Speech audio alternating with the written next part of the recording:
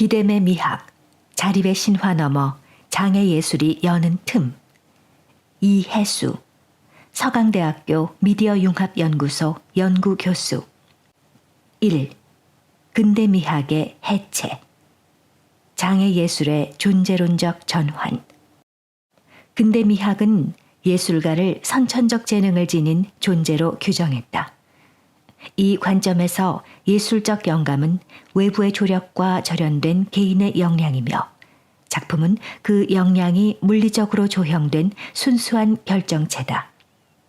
장애 예술 역시 이러한 주류 예술 문법에서 자유롭지 못했다. 시혜의 시선에서 벗어나 전문 예술가로서 권리를 승인받기 위해 작가들은 작품을 오롯이 개인이 성취한 결과물로 인정받고자 분투해왔다. 그러나 자율성과 독창성이 예술 생산의 절대 조건이라는 믿음은 신화에 불과하다. 동시대 미술은 작가의 권위를 해체하고 대화와 협업이 이루어지는 과정 중심의 미학을 정립해왔다. 작가는 자신만의 세계가 투영된 오브제를 생산하기보다 이질적이고 다층적인 세계와 관계 맺으며 그 안에서 배양되는 가능성을 모색한다.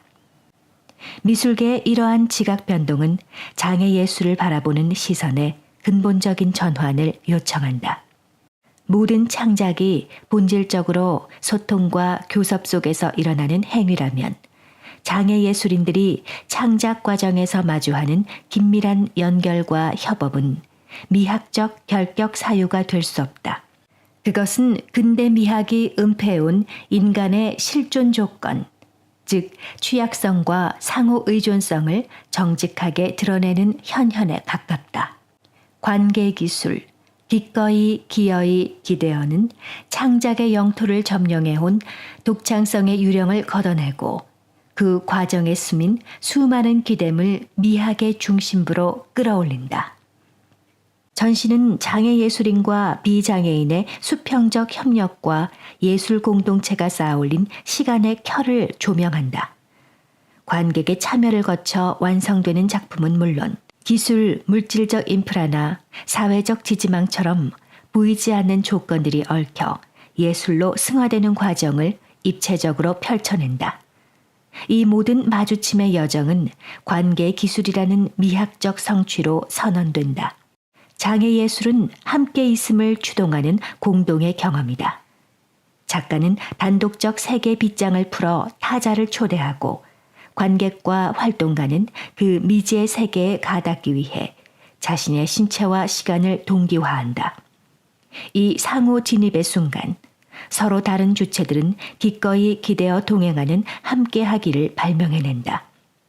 이 점진적인 연결의 끝에서 예술은 고립을 허무는 후회와 돌봄의 장으로 거듭난다. 2. 과정이 여는 틈의 미학.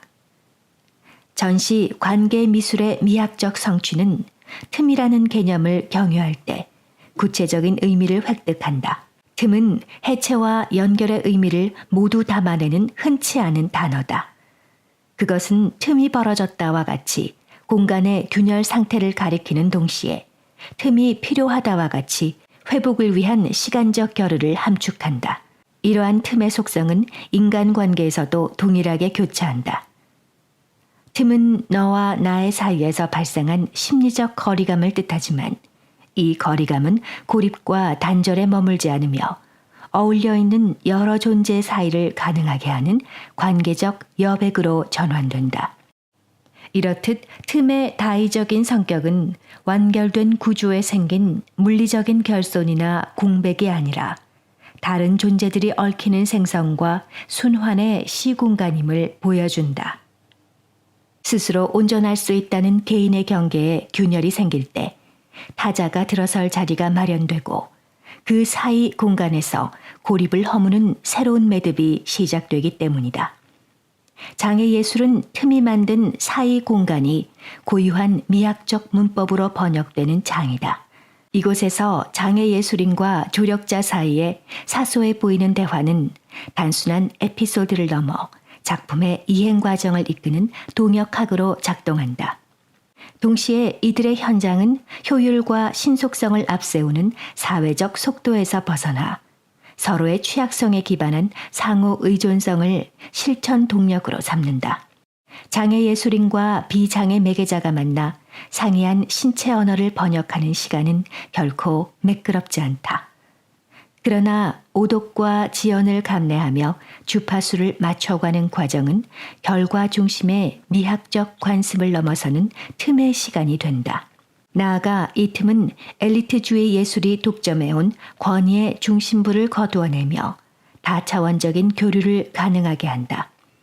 완고한 미학적 규칙이 물러난 그 틈새에서 주체들은 관습에 얽매이지 않고 자유롭게 공명하며 다른 몸들이 기대어 발명해낸 감각과 경험을 밀도 있게 채워나간다. 장애 예술이 틈의 미학으로 논의되어야 하는 이유는 장애 예술을 둘러싼 제도적 시선을 뒤흔들 수 있기 때문이다. 장애인의 예술 활동은 여전히 재활 및 심리치료의 수단이나 복지 영역의 보조적 활동으로 치부된다. 그러나 틈의 미학은 장애 예술을 시혜적 프레임으로부터 단호히 분리해낸다. 이 새로운 지평 위에서 장애 당사자의 신체적 리듬을 세밀하게 살피는 돌봄의 그물망, 이를 지탱하는 기술적 토대와 매개자들의 조력은 전혀 다른 미학적 의미를 획득한다. 이들의 기댐은 장애 예술인의 주체성을 훼손하거나 무력화하지 않는다. 오히려 단독적 창작자를 신성시해온 근대 미학의 주체 개념을 전복하며 관계망 속에서 끊임없이 새롭게 출현하는 다성적 주체의 탄생을 알린다.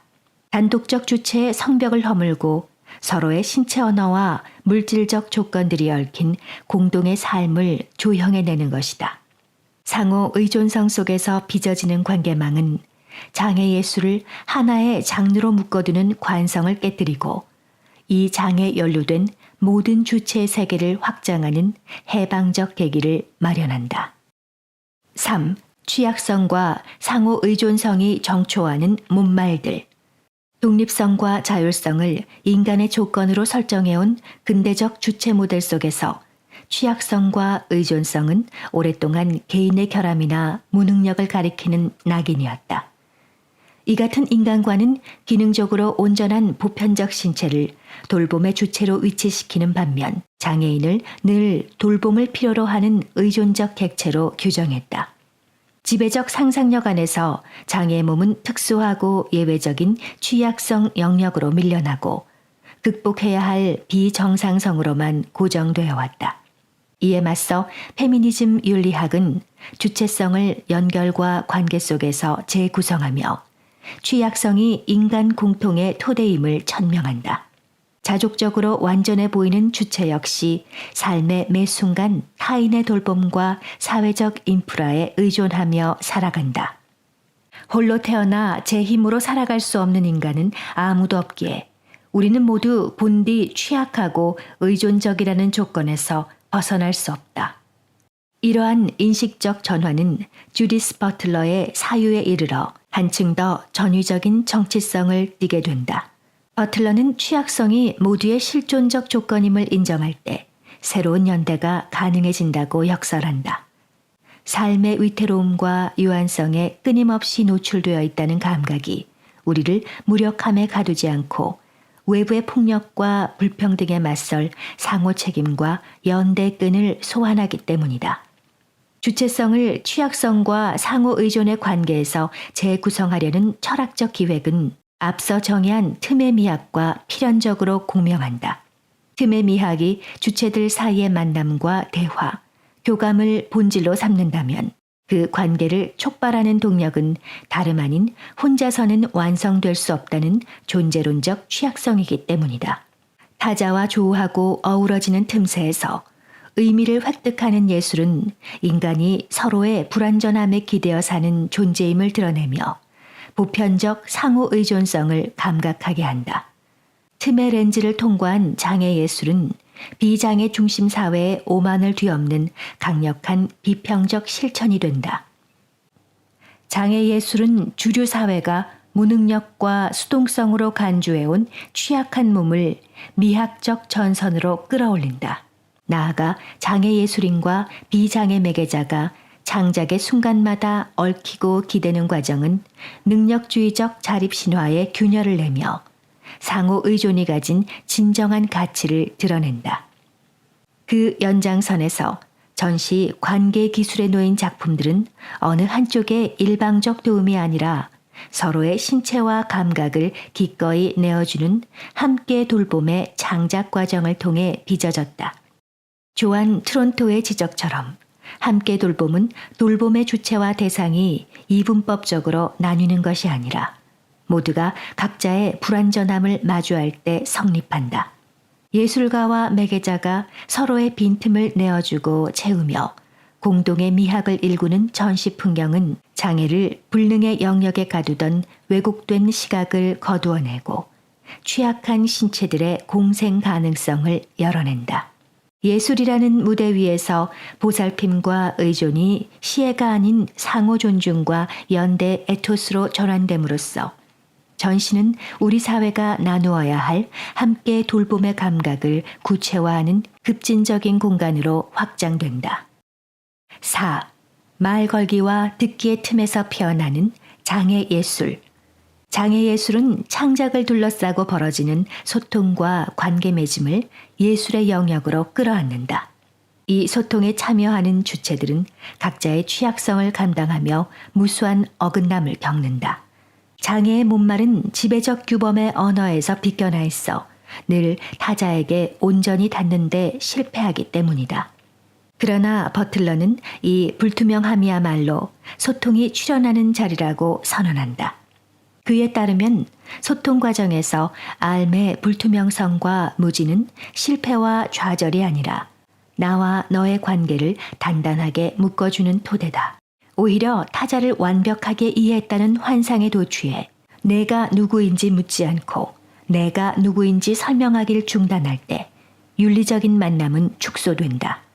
장애 예술을 미술 치료나 복지 틀에 가두는 접근은 바로 이 지점에서 소통을 차단한다. 장애 예술인을 수혜자로 낙점해 둔 채 말을 건네기 때문이다. 이 대칭적 위계가 선점한 관계에서 서로를 이해하기 위한 대화는 들어설 자리가 없다. 반면 틈의 현장에서는 완전한 대답을 구하지 않는 말 걸기와 침묵의 속도까지 헤아리는 윤리적 듣기가 교차한다. 장애 예술인과 활동가, 이들의 곁을 지키는 조력자들이 장기간 나눈 대화, 함께한 식사, 공동의 창작 시간은 창작의 본령이 된다. 장애의 못말에 귀 기울이며 대화의 물꼬를 트고 각기 다른 감각을 조율하며 친밀함에 이르는 과정은 긴 호흡을 요구한다. 이 시간을 통과하며 이들의 언어는 비로소 구체적인 질감을 획득한다. 불투명함을 견디며 쌓아올린 관계의 두께는 결과에만 주목하는 관행을 넘어 장애 예술이 도달할 수 있는 미학적 성취다. 이 현장에서 소통은 말의 형태를 넘어 몸과 몸이 얽히는 행위까지 포함한다. 가령 각자가 휠체어에서 내려와 거대한 캔버스 위에 몸을 밀착하는 행위는 신체적 접촉이 언어의 한계를 넘어 직접적인 대화로 기능하는 순간을 보여준다. 본격적인 드로잉에 앞서 몸을 맞대는 워밍업에서부터 온몸을 선과 면으로 던져 한 화면에 몸을 섞는 행위에 이르기까지 이 모든 과정은 고립된 개인의 독백이 아니다. 캔버스에 남은 흔적과 겹겹이 쌓인 색채는 서로의 움직임에 반응하며 주고받은 대화의 시간을 시각적으로 투영한 지도다. 장애 예술을 지탱하는 소통과 돌봄은 자칫 화해롭고 아름다운 연대로만 오해되기 쉽다. 그러나 이 틈의 연결망은 아슬아슬하고 울퉁불퉁한 연립이 뒤엉킨 시간으로 점철되어 있다. 작가의 장애 유형과 각자 소통 방식에 따라 작업 양태는 매번 달라질 수밖에 없고 몸들의 부딪힘과 어긋남을 헤아리느라 생기는 지체와 침묵은 효율적인 협업을 방해한다.